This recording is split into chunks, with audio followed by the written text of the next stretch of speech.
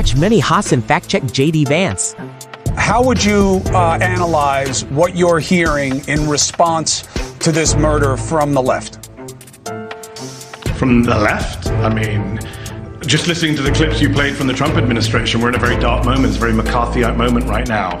I've been listening to your show. You made a lot of good points. The biggest point I think you've glossed over is the crackdown on free speech, this targeting of people for their views. I thought Charlie Kirk was supposed to be a free speech martyr. Why the right using his death to crack down on free speech and American rights and go after this amorphous left? J.D. Vance lied today on the Charlie Kirk show when he said the statistics are clear that this is a left-wing problem. It's the exact reverse.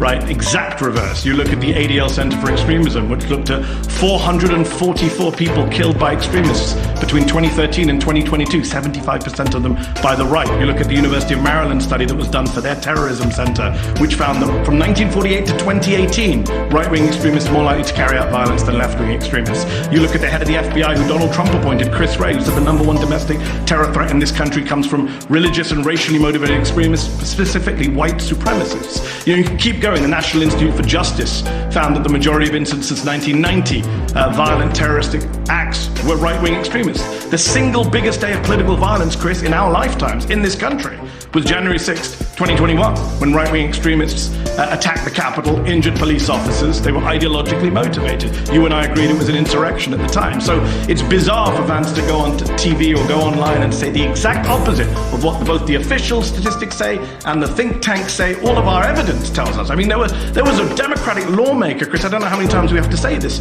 who was murdered in her home with her husband in June by a Trump supporter. And Donald Trump today said, who? When he was asked about it, he said, who? So, Mehdi, one quick thing. I do not think January 6th was an insurrection. I thought that it was all kinds of crimes. You said it at the time, Chris. I just don't. You called it an insurrection at the time.